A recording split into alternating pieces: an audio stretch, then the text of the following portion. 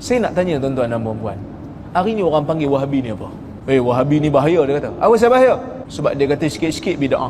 Sikit-sikit bid'ah. Walaupun saya tak mengaku saya Wahabi, tapi orang duk kata juga. Bila kita tanya Wahabi tu apa? Wahabi ni suka bid'ah ramalan orang. Yang ni Nabi tak buat, yang ni Nabi tak buat. Tuan-tuan, kita nak ajak orang kembali kepada apa yang Nabi buat. Bahaya ke tak bahaya? Di mana bahayanya? Kita nak kembalikan amalan masyarakat sama seperti amalan Nabi. Di mana bahayanya? Tak ada bahaya pun. Yang bahayanya adalah kedudukan ustaz tu. Bukan agama orang yang bahaya. Yang bahaya kedudukan orang yang sekat geng-geng Wahabi ni. Sebab apa? Sebab dia kata kalau bagi mereka ni habis ya, kita tak boleh cari makan. Tahlil tak ada, talqin tak ada. Mana dia kata? Bahaya-bahaya. Apa yang bahayanya? Tak bahaya apa pun. Bahaya pada pendapatan kamu, bukan bahaya pada agama orang. Ini bukan tuduhan yang baru. Pokoknya Syekh Al-Hadi dituduh Wahabi zaman tu. Memang Hamka dituduh Wahabi. Dan inilah kata Hamka bila habis perkakas hujah, digunakan perkakas fitnah, kata Hamka. Cuma Hamka dia jawab, dia defend Wahabi tu. Salah ke hujah dia? Hujah dia betul tapi dia Wahabi. Kerana itulah kadar pengetahuan yang dia ada. Tak kunut Wahabi. Majoriti umat Islam dalam dunia ni, macam saya kata, tak kunut. Bismillah pelan. Oh, Wahabi. Mazhab Malik bukan kata bismillah pelan. Tak payah bismillah langsung, makruh. Mazhab Hanbali, bismillah pelan. Hanafi, bismillah pelan. Syafi'i, bismillah kuat. Dia kira hak mana dia tak pernah tengok, Wahabi. Tuhan ada atas arash, jadi dia jadi Wahabi. Yang ada sebagai ustaz-ustaz ni, dia tak Ar-Rahmanu ala arsh istawa, istiwa di atas arash. Dia tak bagikan satu tafsiran dengan bagaimana layak dengan kebesaran Tuhan. Sekarang ni bila orang sebut soal Wahabi di kalangan masyarakat kita umum, melihat pertama tak baca qunut, kedua bismillahnya perlahan, ketiga tiada bacaan Yasin malam Jumaat, keempat tiada talqin di kuburan, kelima tiada majlis tahlil, keenam tiada sambutan Maulidur Rasul, dan beberapa hal. Ada pula pihak ni, jadi Wahabi ni semua ISIS adalah terorisme, mereka ini pemikiran dia habis.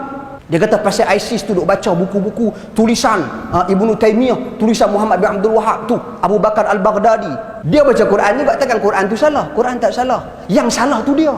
Dia baca buku Ibnu Taimiyah, dia baca buku Muhammad bin Wahab, dia baca buku ulama-ulama mazhab Syafi'i. Tapi semua ni tak salah. Yang salah dia pasal dia dah baca dalam keadaan yang salah. Salah pemahaman dia, salah penjelasan dia. Tapi jangan kita sampai satu ketika sampai nak mempertahankan pendirian kita dengan menyesatkan orang lain. Tak boleh. Islam tak mengajar sedemikian rupa. Sebab tu seruan yang terbaik pada hari ini adalah seruan berbalik kepada Quran dan Sunnah. Berasaskan apa? Bukan literal, bukan buka Quran, buka hadis. Lagu ni kita beramai, jom. Tak. Quran dan Sunnah kita nak kena faham. Siapa yang paling faham tentang Quran dan Sunnah? Nombor satu, sahabat Nabi. Ustaz nak ikut sahabat Nabi macam mana?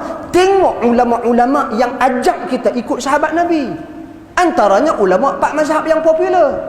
Imam Abu Hanifah, Imam Malik bin Anas, Imam Syafi'i, Imam Ahmad bin Hanbal. Mana boleh kita ketepikan ulama? Benda yang kita tak pernah tengok, benda yang kita tak pernah dengar, tu Wahabi. Tu sesat.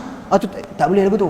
Dia ni Wahabi. Tuan-tuan, Wahabi dalam negara ni siapa? Wahabi dalam negara ni orang yang baca hadis sahih, Wahabi. Orang yang bantah hadis palsu, Wahabi. Saya kena. Sampai saya kata sebenarnya Wahabi ni nampak macam bagus. Sebab dia promosi hadis yang sahih kat orang. Promosi ibadat Nabi kat orang. Lantaklah Wahabi pun Wahabi lah. Yang penting kita buat apa yang Nabi tunjuk. Saddidu. Jadikan amalan kamu amalan yang tepat dengan kehendak Nabi.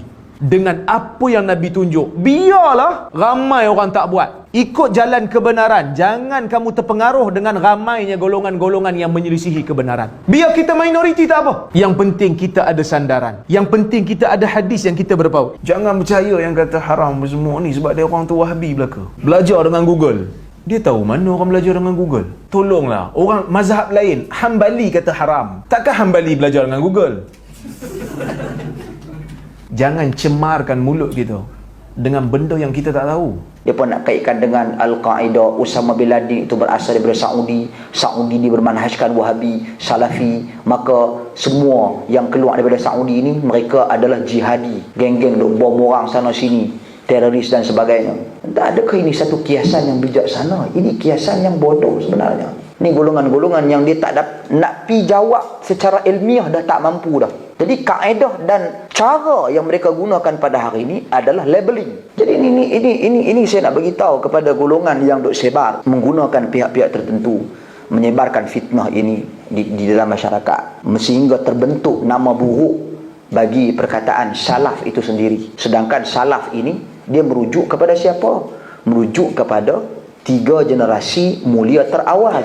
Dia mengajak orang ikut Al-Quran dan Sunnah, ikut Nabi. Sebab ada pihak-pihak, saya tengok akhir-akhir ini makin bersilap mereka, takut sungguh dengan cara berfikir Salafi yang menyeru manusia kepada Al-Quran dan Sunnah. Sedangkan Salafi itu merupakan jalan yang paling selamat, yang mana diridai Allah Subhanahu wa taala, diridai Rasulnya sallallahu alaihi wasallam, yang diikuti jalannya oleh sekalian para ulama-ulama yang cintakan Al-Quran dan juga As-Sunnah.